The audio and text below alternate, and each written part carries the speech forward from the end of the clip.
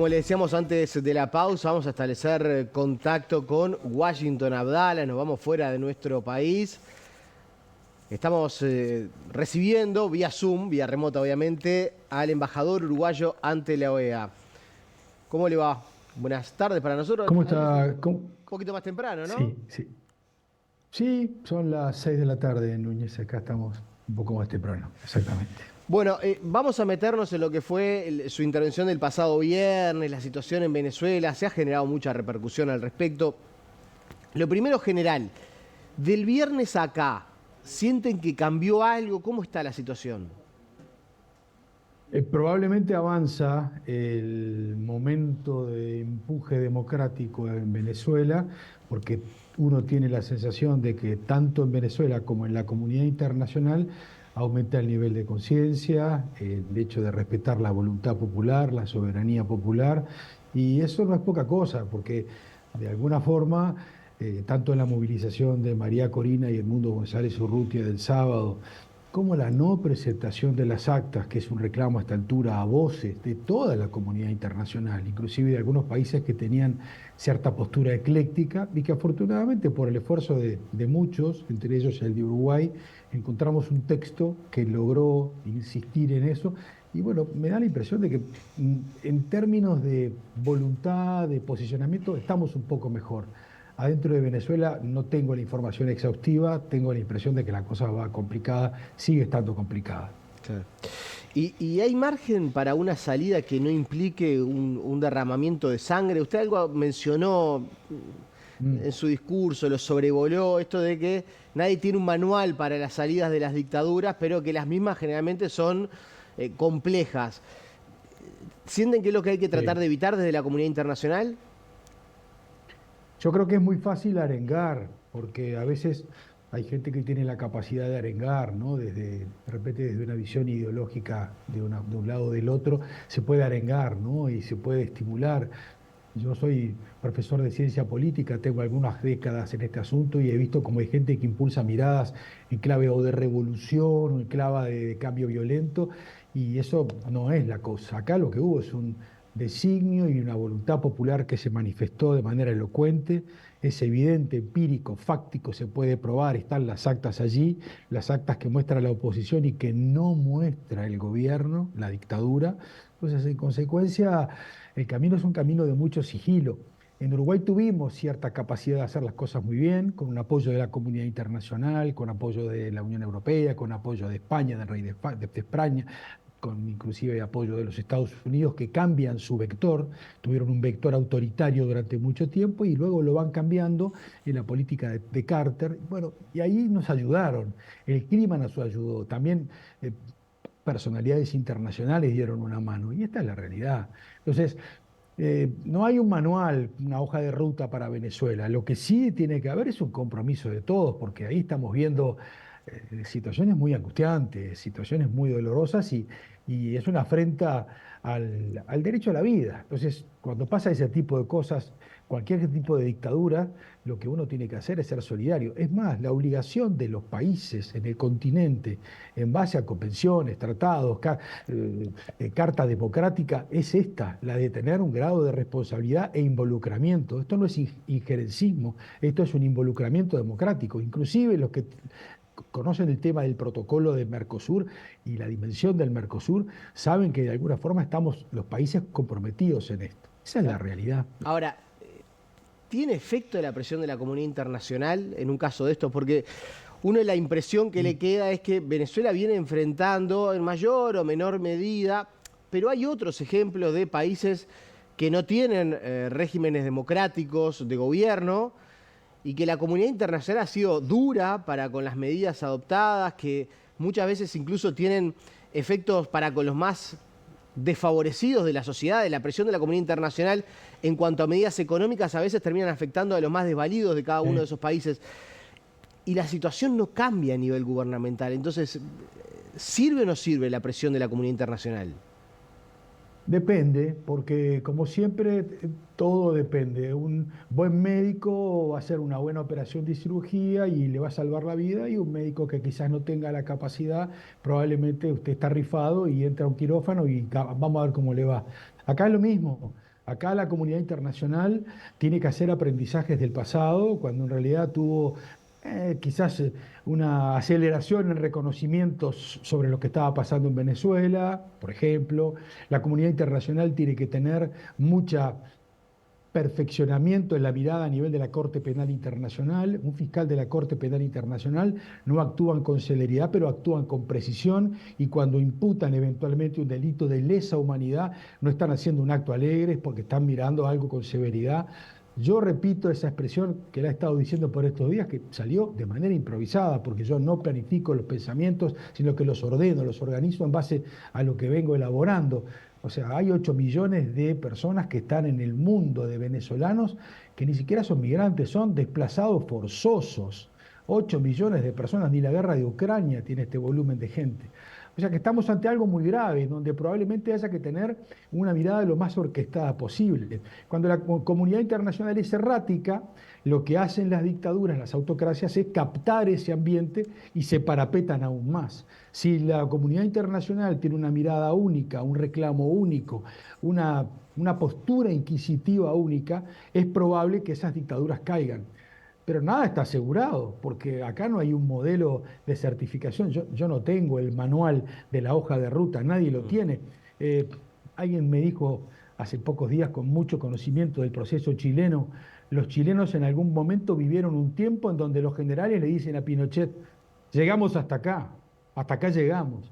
Y ahí es cuando Pinochet tiene que, en definitiva, en base a lo que la gente dice, reclama, bueno, cambia la pisada.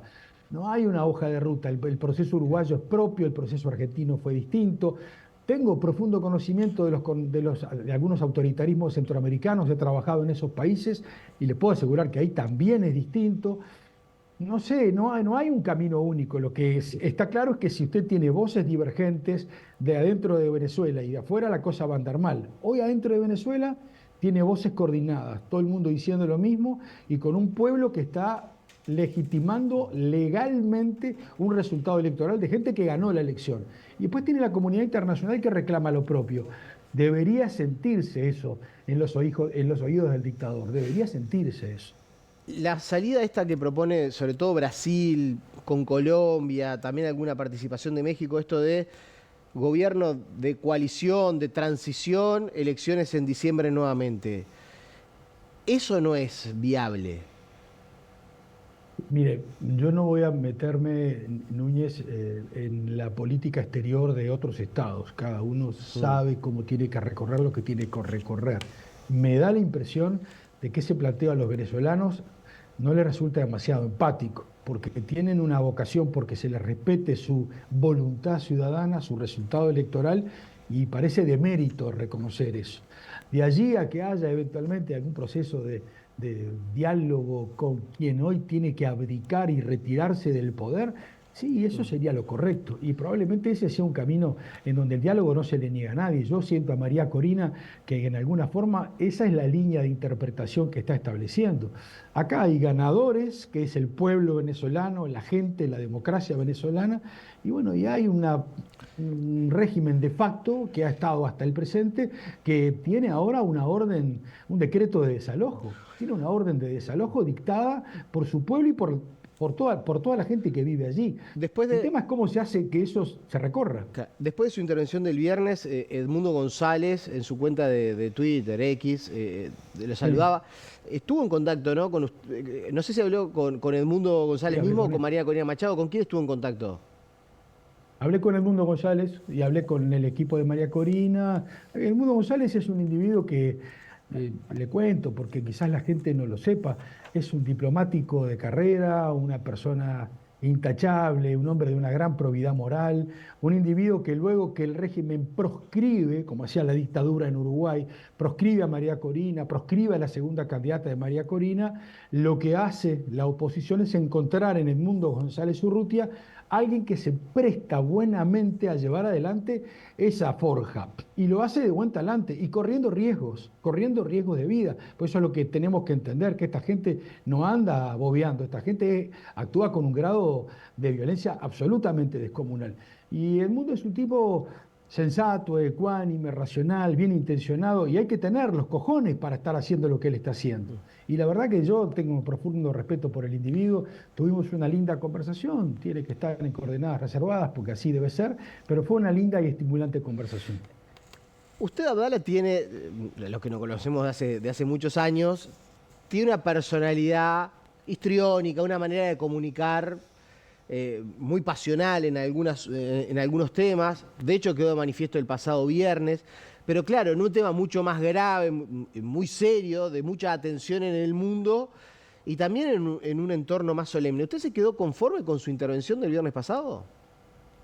Muy conforme, porque cuando uno dice la verdad, defiende a los más débiles, defiende la democracia, defiende los derechos humanos, ataca el terrorismo de Estado, se para del lado de lo correcto de la historia, no tiene vergüenza de decir nada, que el tono tenga un poco de pasión, y si a alguno no le gusta, dos platos, no hay más remedio, es lo que uno siente. Si yo hubiera dicho algo incorrecto, indebido, ilegal, inmoral, tendría que tener alguna cuota de arrepentimiento, para nada. Yo luego revisé mis palabras y la verdad es que no tengo nada que arrepentirme. Me parece que inclusive por algo han tenido una repercusión por fuera de mi...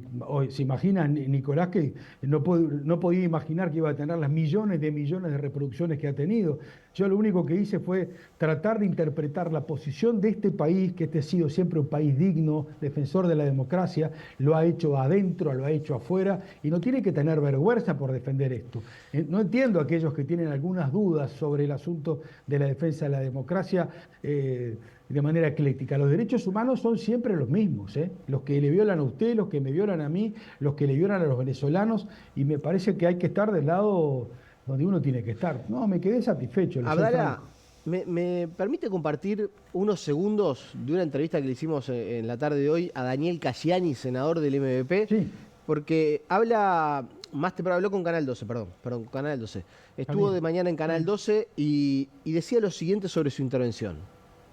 Este discurso de Abdala ha solucionado el tema. Claro, pero yo le pregunto por el fondo. ¿Qué piensa Casciani? Bueno, usted primero me preguntó qué pensaba sobre el discurso de Abdala. Yo lo que le digo sobre el discurso de Abdala es que para pagarle $15.000 por mes a un representante de todo el Uruguay, me parece muy poco el trabajo que está haciendo.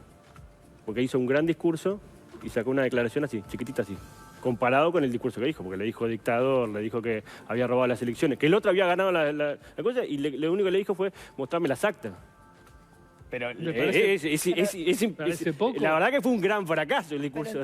¿Pero qué mintió Abdala en su discurso? No es en su discurso, es en el resultado de su acción. Porque lo que estamos midiendo es la acción del embajador de Uruguay en la OEA. Pero ¿no? bueno sería que... estamos midiendo el discurso de Abdala, diputado del Partido Colorado. Bueno, en la estamos viendo Cámara. cómo se... ¿Tuvo un magro resultado su discurso? Yo creo que no. Mire, le soy franco. A ver, uno está con demasiado problema con el tema de los venezolanos, con demasiada angustia por el terrorismo de Estado, con demasiada preocupación por la violación de los derechos humanos, como para prestar atención en cosas menores. La verdad, feliz Navidad. Feliz Navidad, le dice a Casciani.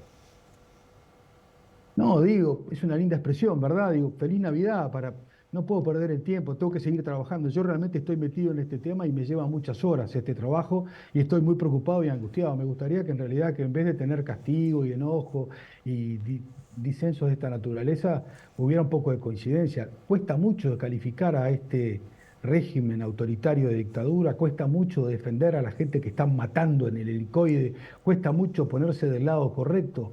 Si el tema es un tema salarial y bueno, él tiene los mecanismos para solucionarlo en el presupuesto, puede hacer lo que entienda pertinente. No puedo debatir con él, compréndame. No, pero le sintió como una ofensa esto de que usted gana $15.000 y el resultado de su gestión. ¿Eso lo sintió como una ofensa personal? No, para nada, ese no es el tema y tampoco ese es el salario, pero no me hace al asunto. Él tiene todo el derecho del mundo a criticar. Yo no tengo capacidad de tener un contencioso con él. Lo que digo es que yo estoy tratando asuntos serios, asuntos donde a mí me gustaría que todos coincidieran. Defensa de los derechos humanos, defensa de una postura contra el terrorismo de Estado, tratar de que no haya privaciones de libertad, gente a la que están siendo desplazadas. Repito, no estamos hablando de algo menor. Esta es la obligación del Uruguay. Yo querría que fuera la obligación del Uruguay de ayer, de hoy y de siempre. No tengo idea del régimen político, el sistema político nuestro democrático, si cómo seguiremos, si seguiremos en esta sintonía. No me importa mucho porque yo estoy cumpliendo una función. Ahora, me parece que en la defensa de los derechos humanos deberíamos estar todos. Advertir algún grado de discrepancia, de matiz, de enojo, es una pena. El resultado concreto fueron documentos que se aprobaron por mayoría. Algo pasó que en Santo Domingo y que en la OEA, en menos de 24 horas, sacamos una mayoría los países y unanimidad y consensos. Algo pasó. Ahora, ¿Será poquita la constitución de...? ¿Le sorprendió que lo criticaran desde el Frente Amplio? ¿Le sorprendió que lo criticaran desde el Frente Amplio? Pero no puedo opinar mucho, pero yo no tengo un historial de que el Frente Amplio esté muy enamorado de mí, pero lo respeto enormemente, es parte de la discrepancia democrática. Es así, digo, o capaz que es demasiado el amor, vaya uno a saber. Washington Abdala, le agradecemos por estos minutos, un verdadero placer. Un gusto. Era el embajador uruguayo ante la OEA, protagonista, insisto, de un discurso tremendamente viralizado durante el fin de semana, en particular en la noche del viernes, después de su crítica a lo que sucede en Venezuela y la situación que emana de las elecciones fraguadas, cuyos resultados todavía la comunidad internacional no puede aceptar, por lo que todos hemos hablado y les hemos contado en estas últimas semanas.